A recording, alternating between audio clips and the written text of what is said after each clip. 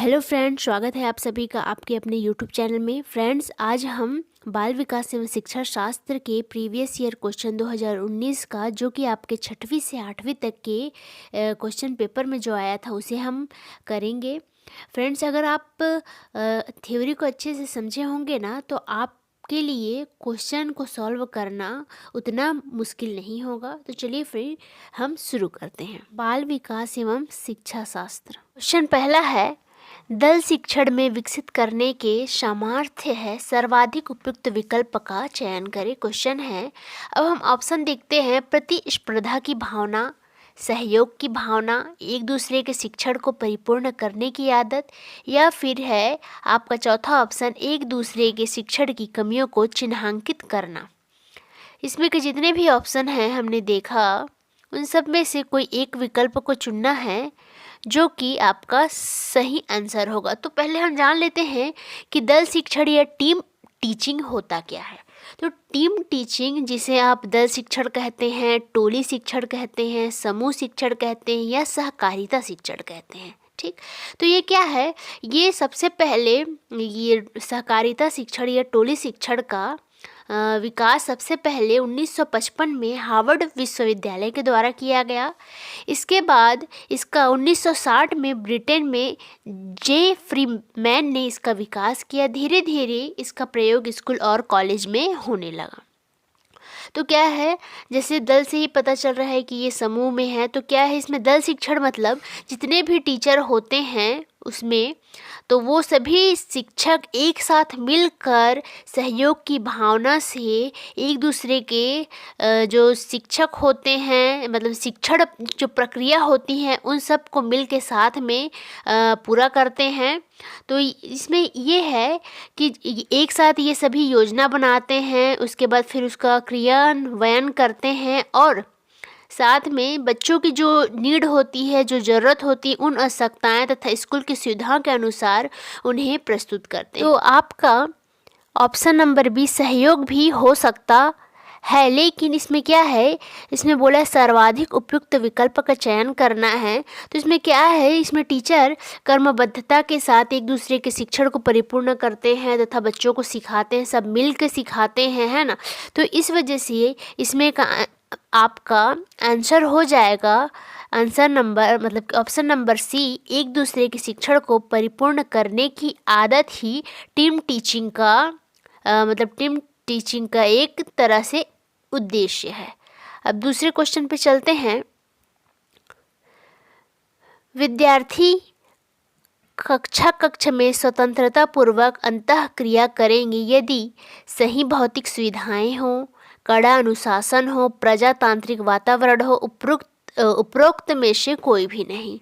तो ये हमने सभी को देखा। तो ये क्या है आपका, तो विद्यार्थी कोई भी, जब बच्चा कहीं भी, या हम अपने आप को ही ले लेते हैं, अगर हम कोई नई जगह गए हैं या जिसे हम जानते नहीं हैं, तो हम अगर वहाँ कुछ देर रहेंगे, चाहे वो 2 दिन रहे, 5 दिन रहे, लेकिन जब तक हम वहाँ मतलब अंतःक्रिया नहीं कर पाएंगे या अच्छे से इंटरेक्ट नहीं हो पाएंगे लोगों से, जब तक वहाँ हमें प्रजातांत्रिक वातावरण ना मिला हो।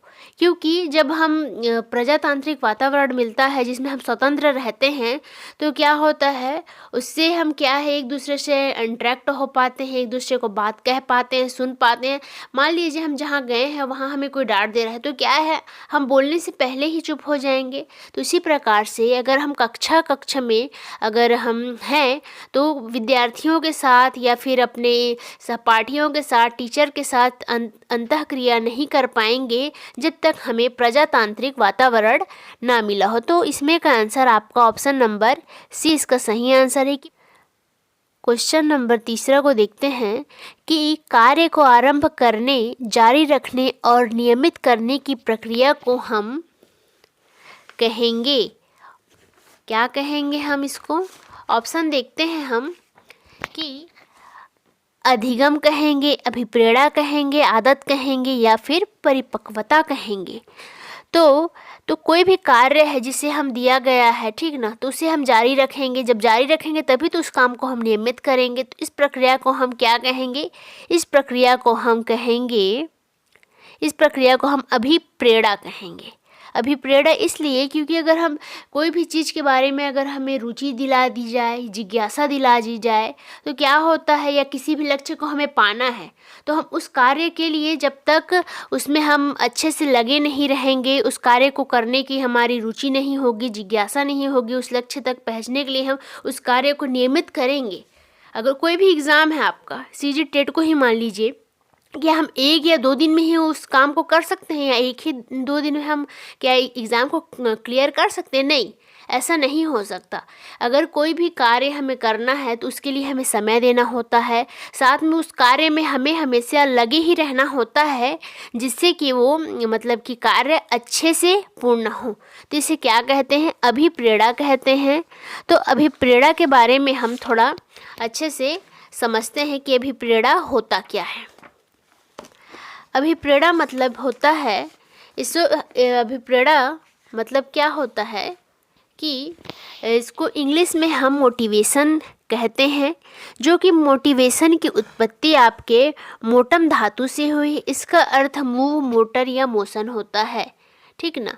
तो क्या है, यह होता ही क्या है कि कोई भी क्रिया हम करते क्यों हैं, करना क्यों चाहते हैं, और कब तक हम उस चीज़ को जारी रखेंगे, जब तक कि मतलब कि किसी भी कार्य को हम जब तक जारी रखेंगे मतलब कि जब तक हमें अपने लक्ष्य की प्राप्ति ना हो जाए, या फिर हमें लक्ष्य की ओर निर्देशित करने वाला जो तत्व है वो क्या होता है, हमारा अभिप्रेरणा होता है। अभिप्रेरणा ही हम वह तत्व है जो हमें हमारे गोल तक ले जाने के लिए हमें अभिप्रेरित करता है, हमें आगे ढकेलता है, तभी हम उस चीज़ को आगे लेके जाके कर पाते हैं। ये आपका क्वेश्चन तीसरा का आंसर आपका अभिप्रेरणा है।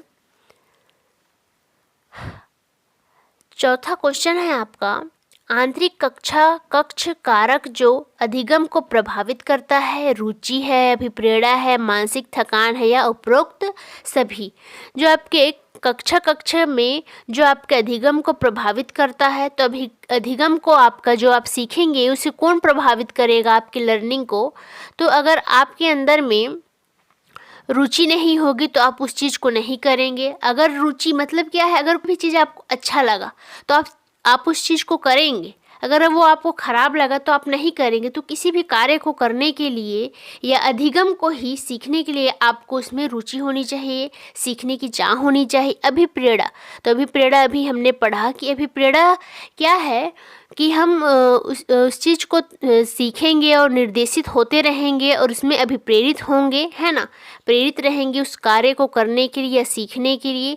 तो हमें अभिप्रेरणा की भी आवश्यकता होती है। और मानसिक थकान भी है कि हम अगर अच्छे से हम किसी भी चीज़ के बारे में पढ़ रहे हैं और जब तक हम थके नहीं रहेंगे, मतलब कि तब तक हम उस कार्य को करते रहेंगे। लेकिन जैसे ही हमें लगेगा कि अब हमारे माइंड को लगेगा कि हम मतलब कि काम करने के लिए थोड़ा टाइम चाहते हैं या थकावट लग रही है, तो क्या है, हम उस कार्य को थोड़ी देर के लिए रोक देंगे। तो ये सब क्या है, ये सभी हमारे अधिगम को प्रभावित करते हैं। अगर रुचि होगी तो हम उस चीज़ को करेंगे, नहीं होगी तो नहीं करेंगे। अभिप्रेरित होंगे तो उस कार्य को करेंगे, अगर नहीं होंगे तो नहीं करेंगे, छोड़ देंगे। मानसिक थकान, तो अगर हमें थकावट लगेगी तो हम उस चीज़ को करना बंद कर देंगे। लेकिन अगर वही चीज़ हमें नहीं लगेगी तो उस कार्य को हम ज़्यादा वक्त तक करेंगे। तो हमारा ऑप्शन हो जाएगा उपरोक्त सभी। इसमें का सही आंसर है आपका उपरोक्त सभी है। क्वेश्चन है आपका पांचवा, बाल्यावस्था में सृजनात्मकता की अभिव्यक्ति किस स्वरूप में किया जा सकता है? ऑप्शन है नाटकीय खेल द्वारा, रचनात्मक खेल द्वारा, हास्य भाव द्वारा, या उपरोक्त सभी। तो सृजनात्मकता या क्रिएटिविटी क्या है? तो क्रिएटिविटी आपकी किस में आता है? अपसारी चिंतन में आता है, ठीक ना। तो अपसारी चिंतन जो है आपका सृजनात्मकता को लाता है। तो क्रिएटिविटी का मतलब क्या है कि हम किसी भी कार्य को कई प्रकार से, हर तरह से, मतलब क्या बोलते, असाधारण तरीके से हम किसी भी चीज़ को अपने माइंड में करते हैं या अपने आसपास करते हैं या हम अपना करना चाहते हैं, तो ये सब क्या होता है, ये सब हमारे सृजनात्मकता के अंतर्गत आता है। तो नाटकीय खेल भी उसी के अंदर है, रचनात्मक खेल भी उसी के अंदर है, हास्य भाव भी उसी के अंदर है। तो आपका आंसर हो जाएगा इसमें का उपरोक्त सभी आपके सृजनात्मकता या क्रिएटिविटी के अंतर्गत आता है। क्वेश्चन नंबर 6वां देखेंगे कि बुद्धि के द्वितत्व सिद्धांत के अनुसार व्यक्ति की बुद्धि की विशिष्ट तत्व अथवा इस तत्व क्या होता है, जन्मजात होता है, अर्जित होता है, सभी बुद्धिमान व्यक्तियों में समान रूप से पाया जाता है, या फिर डी इनमें से कोई नहीं। तो बुद्धि के द्वितत्व सिद्धांत के बारे में हम थोड़ा सा समझेंगे।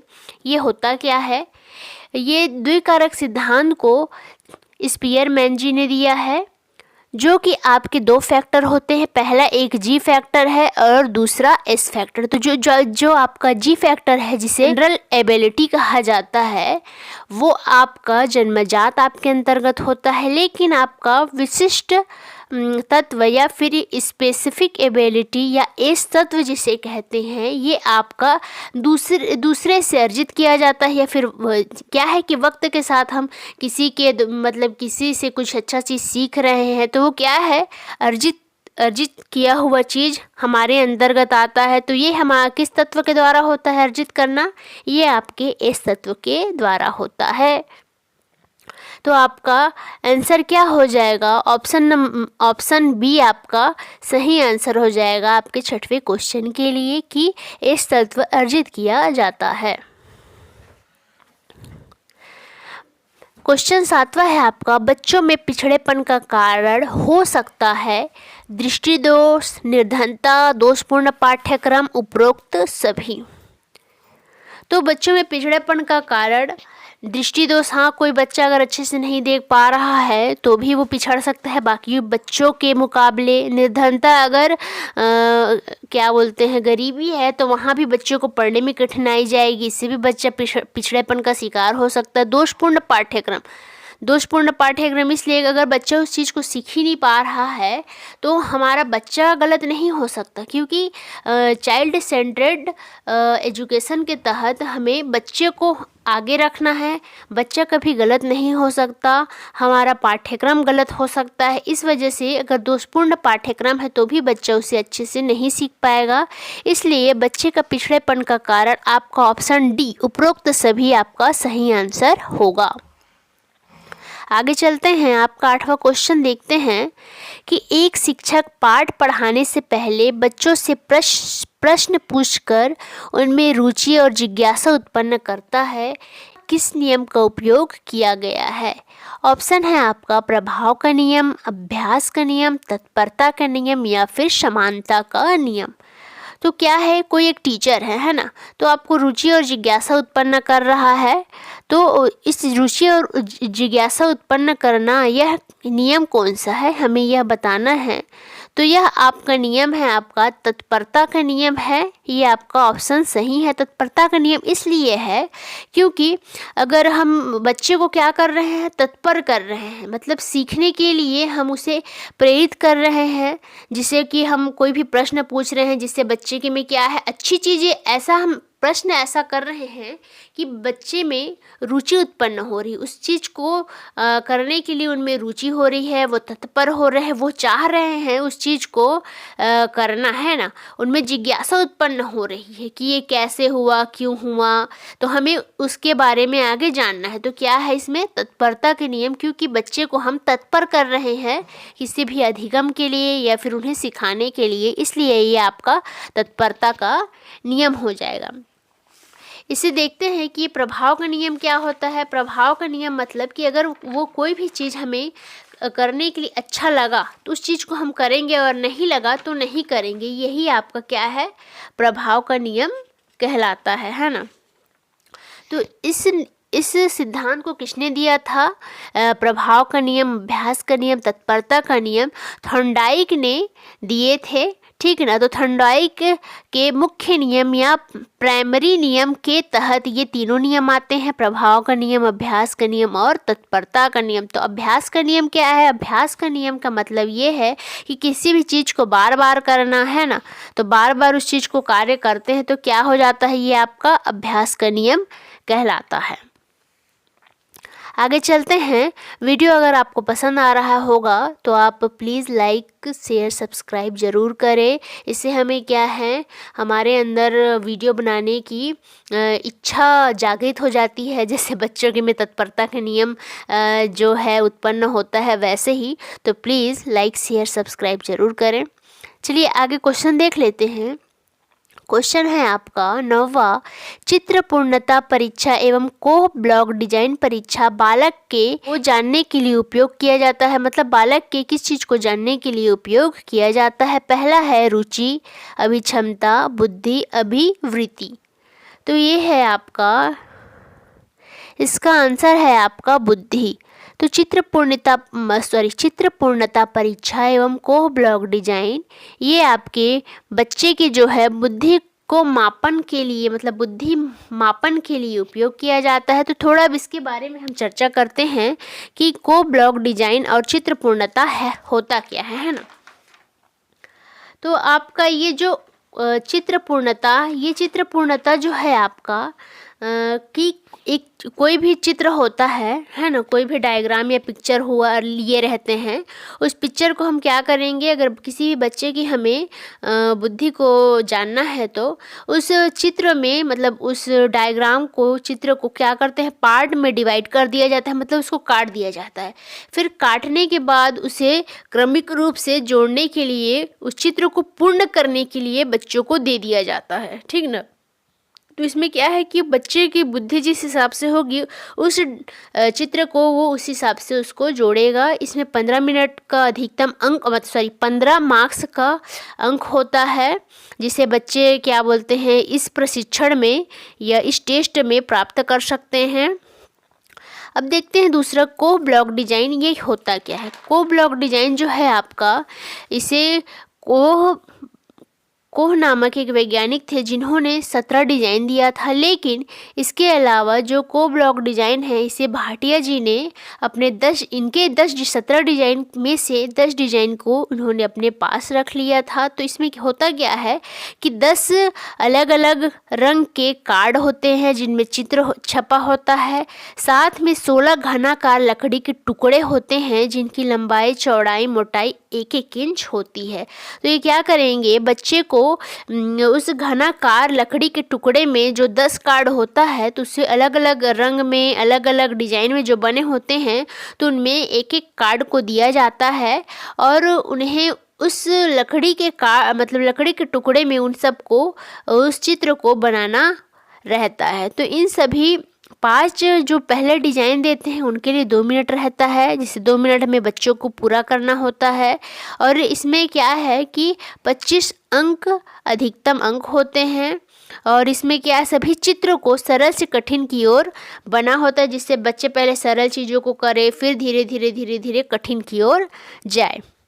तो चित्र पूर्णता और को ब्लॉक डिजाइन के बारे में भी हमने जान लिया कि ये क्या है, आपके बुद्धि प्रशिक्षण के जानने के लिए उपयोग किया जाता है। आगे देखते हैं, वह योग्यता क्वेश्चन आपका 10वां है, वह योग्यता जिसके द्वारा नए संबंधों का ज्ञान होता है, इसकी उत्पत्ति में चिंतन के परंपरागत प्रतिमानों से हटकर असाधारण विचार उत्पन्न होते हैं, उसे कहा जाता है। ऑप्शन है अधिगम, ऑप्शन बी है सृजनात्मकता, ऑप्शन सी चिंतन, ऑप्शन डी तर्क।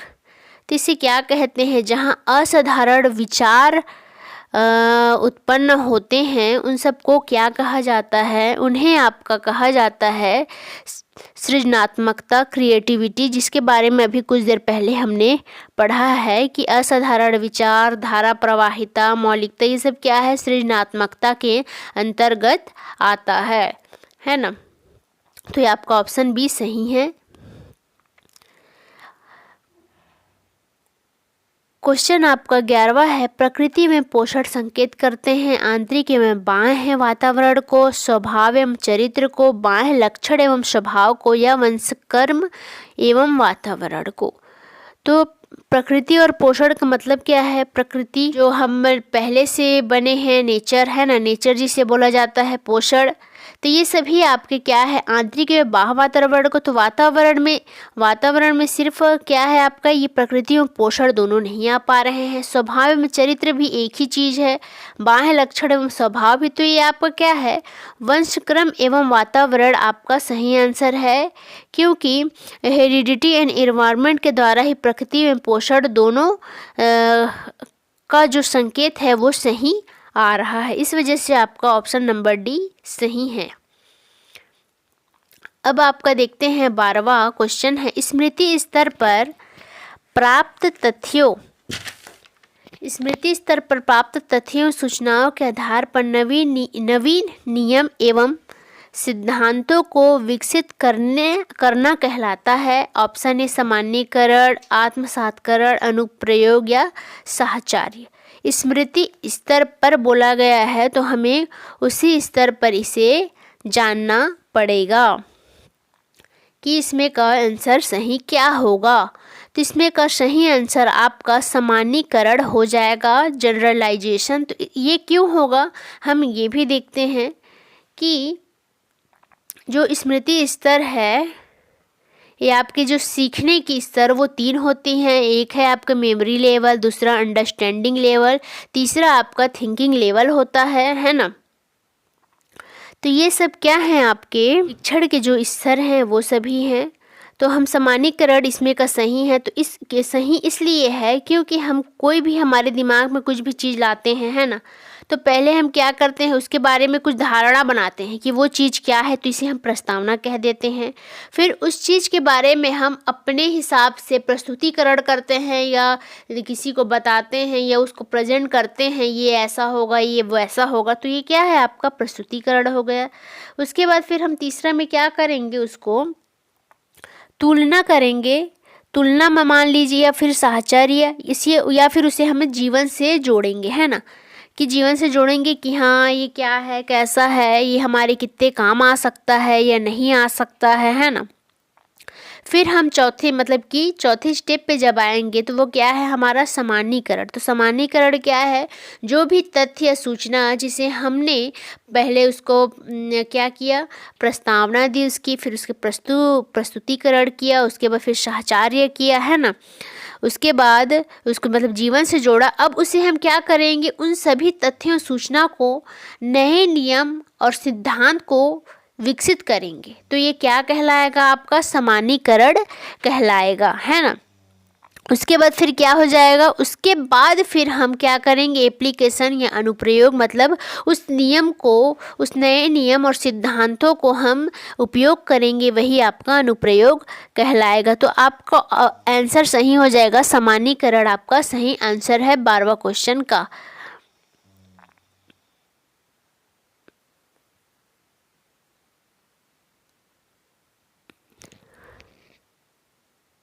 तेरहवां है आपका, एक बच्चा साव एवं वाज तथा न्यूक्लियर एवं अनक्लियर में विभेद नहीं कर पाता, वह निम्न से पीड़ित है, डिसलेक्सिया से, शब्द उछलने का विकार से, डिसलेक्समिया से या डिसमॉर्फिया से। तो ये आपका क्या है, ये आपका डिसलेक्सिया है, क्योंकि ये पढ़ने संबंधित विकार को हम क्या कहते हैं, डिसलेक्सिया कहते हैं। डिसमॉर्फिया मतलब क्या होता है, किसी भी चीज़ में हमें भ्रम होती है, उस चीज़ में हम विभेद नहीं कर पाते तो भी होता है। लेकिन हम यहाँ पर कंफ्यूज मत होइएगा कि दो चीज़ों में विभेद नहीं कर पाते तो ये डिसमॉर्फिया होगा, क्योंकि देखिए कोई वस्तु है उसमें हम नहीं कर पाते, और ये क्या है, ये साव वाज, ये क्या है, आपके बुक में लिखा हुआ है, तो हम उस टाइम पे हम उस चीज़ को पढ़ नहीं पा रहे हैं, इस वजह से क्या है, आपका डिसलेक्सिया कहलाएगा।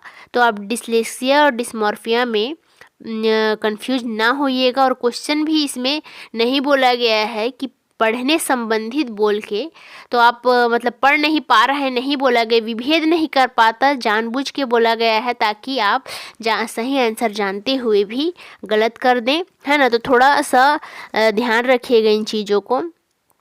आगे चलते हैं, आपका क्वेश्चन देखते हैं कि यदि कोई विद्यार्थी प्रश्न पत्र के किसी प्रश्न के संबंध में पूछताछ करना चाहता है, तब आप ऑप्शन देखते हैं। आप मुद्रा त्रुटि को स्पष्ट कर देंगे, आप संबंधित विषय शिक्षा को सूचित करेंगे, या फिर आप उसे तब तक प्रतीक्षा करने की सलाह देंगे जब तक कि त्रुटि सुधार निर्धारित ना हो जाए, या फिर उग्र होकर कहेंगे कि जैसा समझ में आता है वैसा ही करें। तो क्या है, आप टीचर हैं, आपसे कोई विद्यार्थी आपसे किसी मतलब प्रश्न पत्र के विषय में कोई सा भी क्वेश्चन पूछ रहा है, अगर एग्ज़ाम चल रहा है तो आप क्या करेंगे?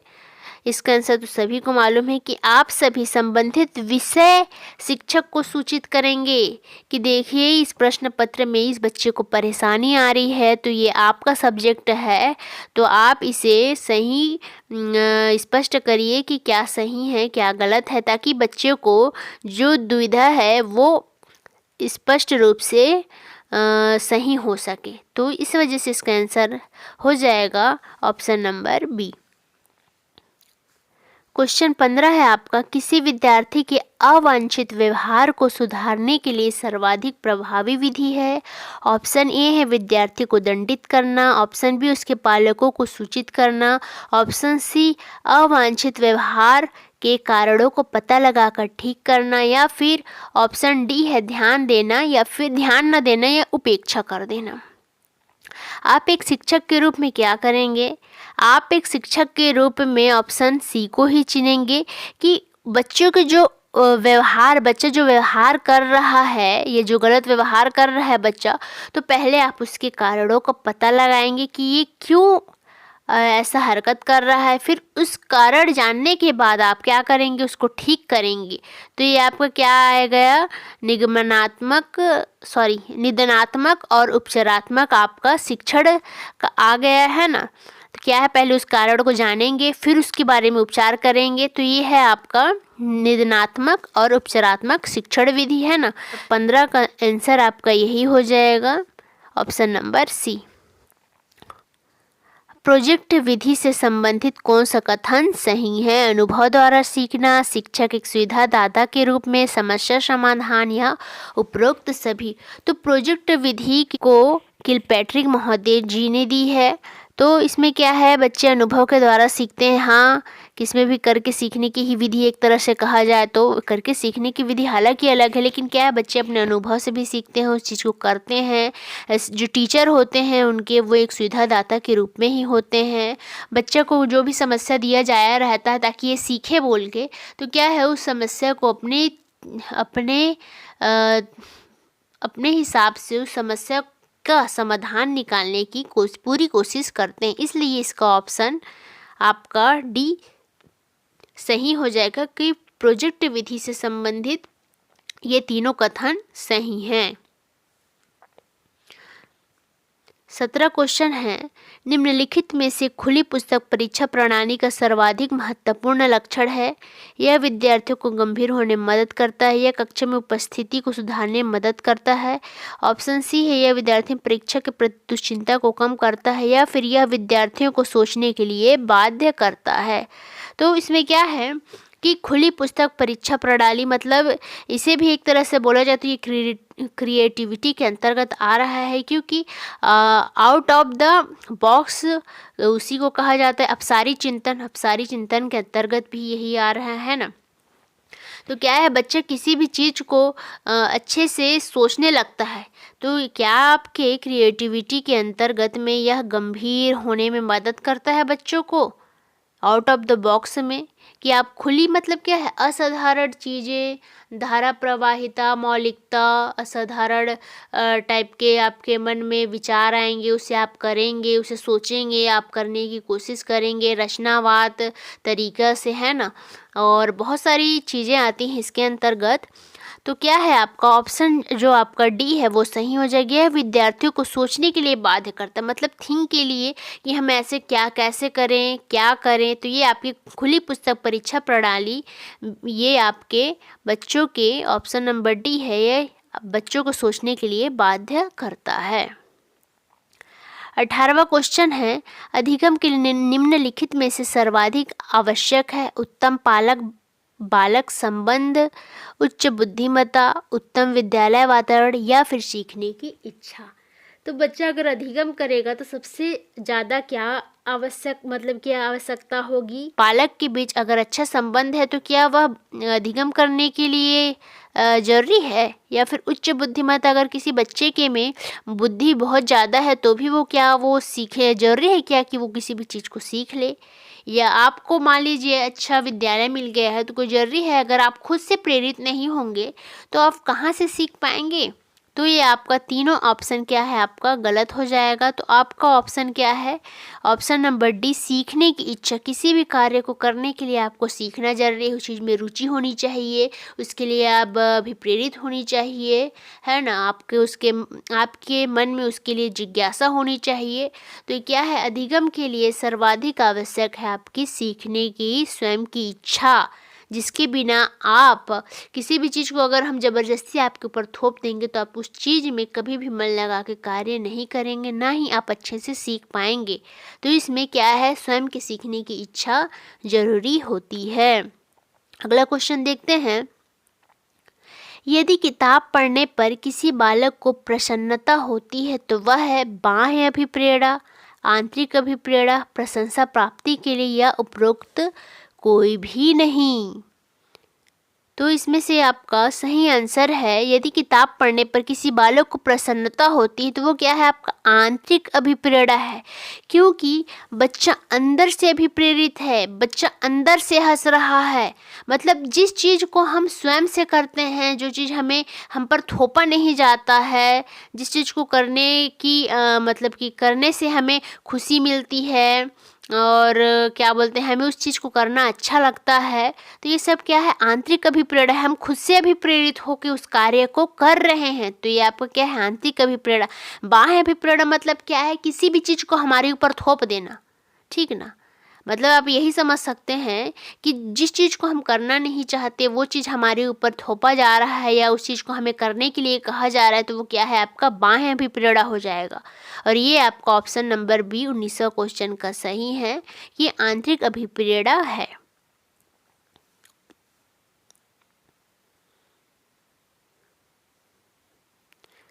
एक शिक्षक कक्षा 7वीं के विद्यार्थी के कार्य को एकत्रित कर पढ़ने के उपरांत अपने अगले पाठ को विद्यार्थियों की आवश्यकता के अनुरूप समायोजित करता है। वह करता है अधिगम का आकलन, अधिगम के जैसा आकलन, अधिगम के लिए आकलन, या अधिगम पर आकलन। तो ये क्या है आपका कि जो 7वीं कक्षा के विद्यार्थियों को कार्य को पहले वो टीचर एकत्रित किया, फिर उसे पढ़ने के उपरांत उसको अगले पाठ को विद्यार्थियों के आवश्यकता के अनुरूप उसे समायोजित कर रहा है। तो वह क्या कर रहा है, तो टीचर आपका अधिगम के लिए आकलन कर रहा है, क्योंकि असेसमेंट फॉर लर्निंग मतलब क्या होता है कि उस कार्य के दौरान करना या अधिगम के दौरान करना, इसलिए यह क्या है आपका अधिगम के लिए आकलन होता है। असेसमेंट ऑफ लर्निंग मतलब क्या होगा, अगर ऑफ होता तो क्या हो जाता, ये आपका अंत में होता, तो ये अंत में नहीं, ये पाठ के दौरान या कक्षा के दौरान हो रहा है। ये जो आपका कक्षा पूर्ण नहीं हुआ है उसके दौरान हो रहा है, तो ये क्या हो जाएगा आपका अधिगम के लिए आकलन। ये आपका सही आंसर हो जाएगा, है ना। और अधिगम के जैसा आकलन मतलब असेसमेंट एस लर्निंग मतलब इसमें क्या है स्वयं के लिए आकलन करना, तो जिसे अधिगम के जैसा आकलन या असेसमेंट एस लर्निंग कहते हैं।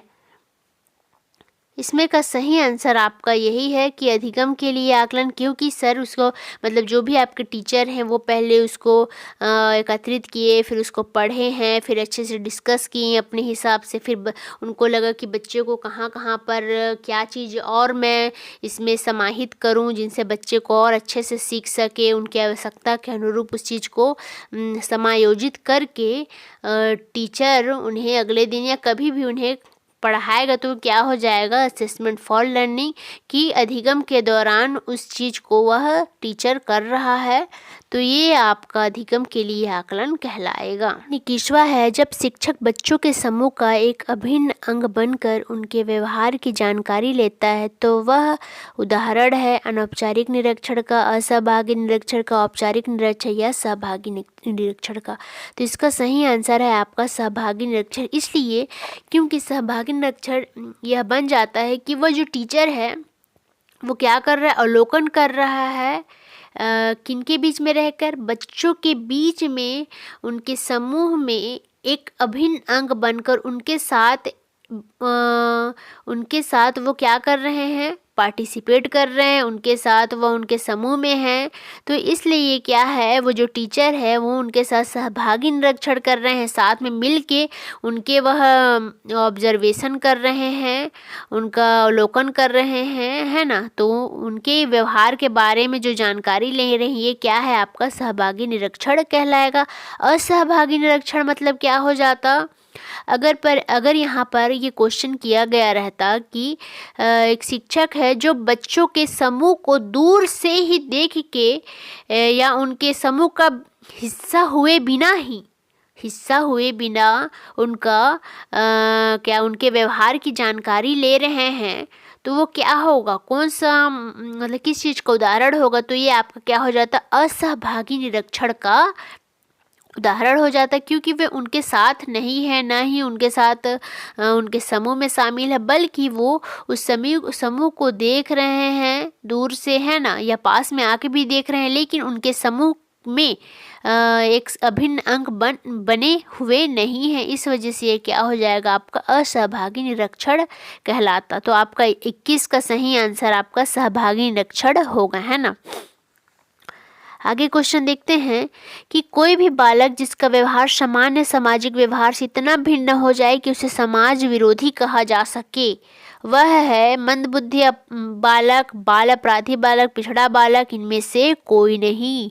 तो इसका आंसर है आपका बाल अपराधी बालक। बाल अपराधी बालक मतलब कि जो नॉर्मल जो सामान्य बच्चे होते हैं उनकी तरह वो व्यवहार नहीं करते, बल्कि जो सामाजिक रूप से किसी को दुख पहुंचाना, चोट पहुंचाना, ये सब वो बच्चे करते रहते हैं, और कुछ कुछ चीज़ों में वे अपराधी कहलाते हैं। बहुत सारी चीज़ें हैं, जैसे इस बाल अपराध के ऊपर में एक वीडियो बना है, आप लोग उसे जाके देख लीजिएगा, है ना।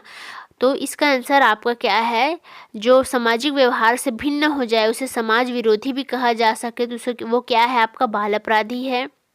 इसका आंसर बाल अपराधी सही है। मंदबुद्धि बालक किसे कहते हैं, जिनकी मेंटल एबिलिटी कम होती है, उन्हें मंदबुद्धि बालक कहते हैं। पिछड़ा बालक जो अपने कक्षा के बच्चों से या फिर अपने उम्र के बच्चों से जो बच्चे पिछड़े हुए रहते हैं, उनकी IQ लेवल कम होती है, उन्हें पिछड़ा बालक कहते हैं। अगला क्वेश्चन देखते हैं हम। क्वेश्चन है आपका 23वां, इनमें से कौन सा प्रमस्तिष्कीय पक्षाघात का प्रकार नहीं है। ये आपका है प्रमस्तिष्कीय पक्षाघात का प्रकार नहीं है। तो पहला है मस्तिष्क संस्तंभ, मांसपेशीय डायस्ट्रोफी, एथिस्टोसिस या एटाक्सिया।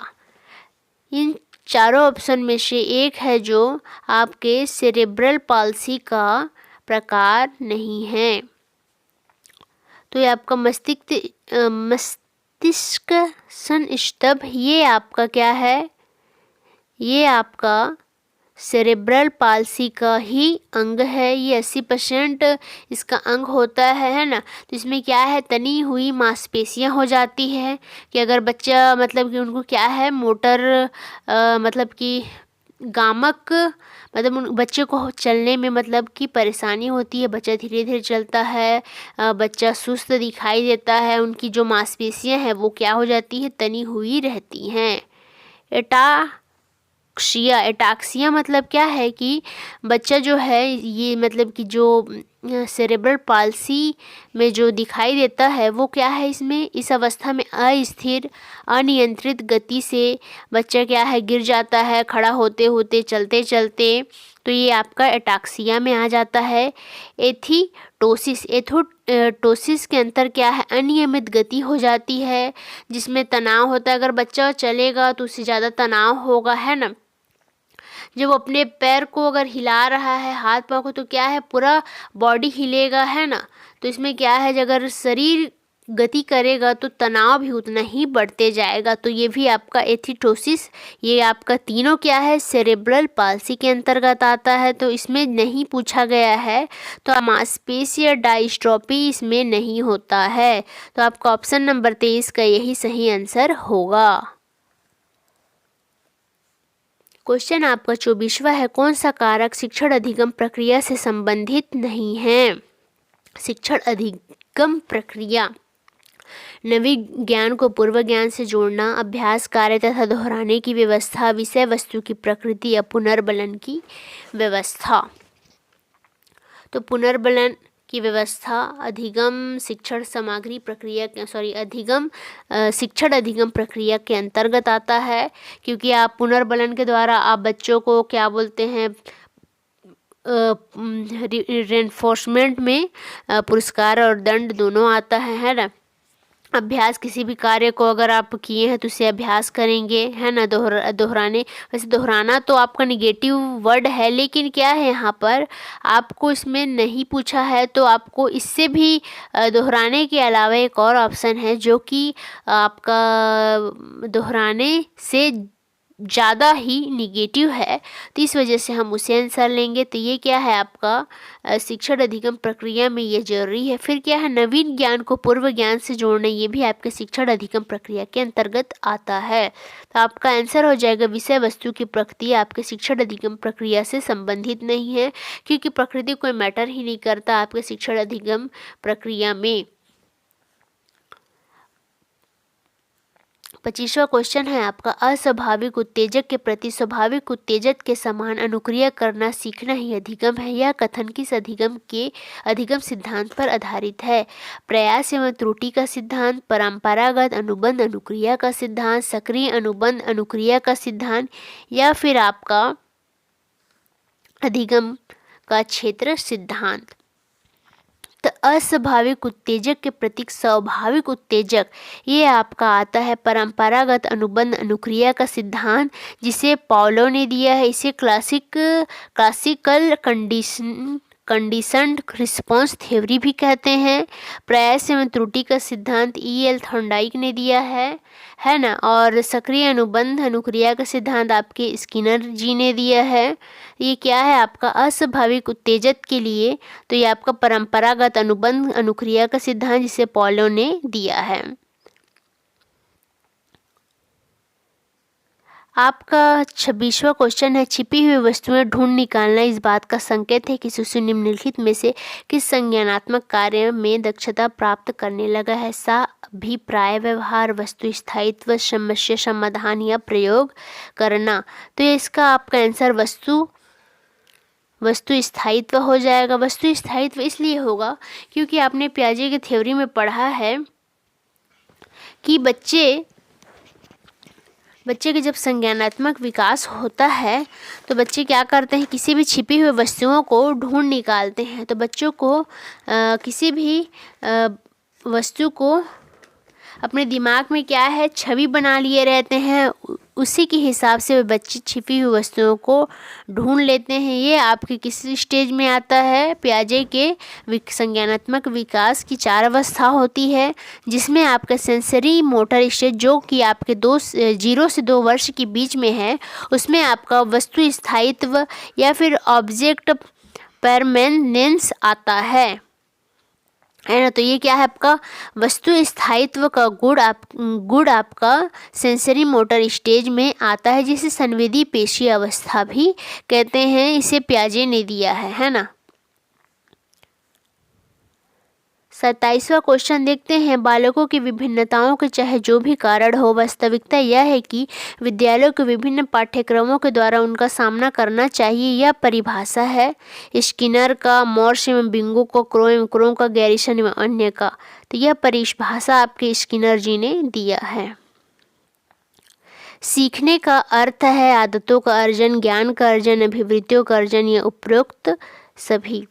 तो सीखना क्या है? लर्निंग मीन्स है आपका, आप सीखते हैं तो उसमें आपका क्या है, धीरे धीरे सीखते सीखते यह आपके में आदत हो जाती है। तो सीखना भी क्या है? एक आदत है।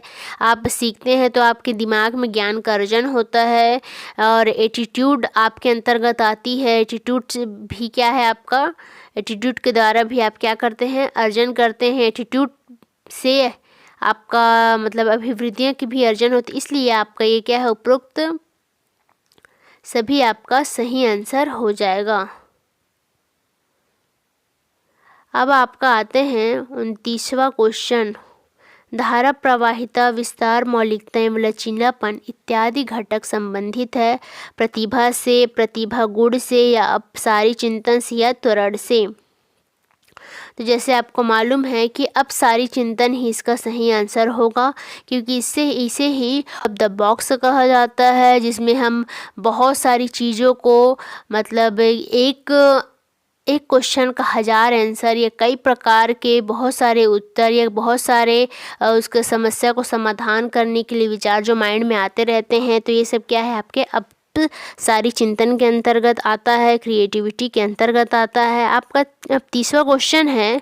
निम्नांकित में से मूल्यांकों को प्रदर्शित करता है। राम ने 200 में से 45 अंक प्राप्त किए, मोहन ने अंग्रेजी में 38% अंक प्राप्त किए, श्याम ने अंतिम परीक्षा में प्रथम श्रेणी प्राप्त किया, फिर उपरोक्त सभी। तो आपको क्या है, मूल्यांकन इसमें से प्रदर्शित कर रहा है, उन सबको चुनना है। तो इसमें सभी ऑप्शन क्या है, सभी ऑप्शन मूल्यांकन को ही प्रदर्शित कर रहे हैं, है ना। तो आपका ऑप्शन नंबर डी सही हो जाएगा। मैं आशा करती हूँ आप सभी को वीडियो पसंद आया होगा। वीडियो को लाइक, शेयर, सब्सक्राइब, कमेंट करना ना भूलें और आगे वीडियो को देखने के लिए हमारे साथ बने रहें। अगली वीडियो में फिर से मिलते हैं, तब तक के लिए धन्यवाद।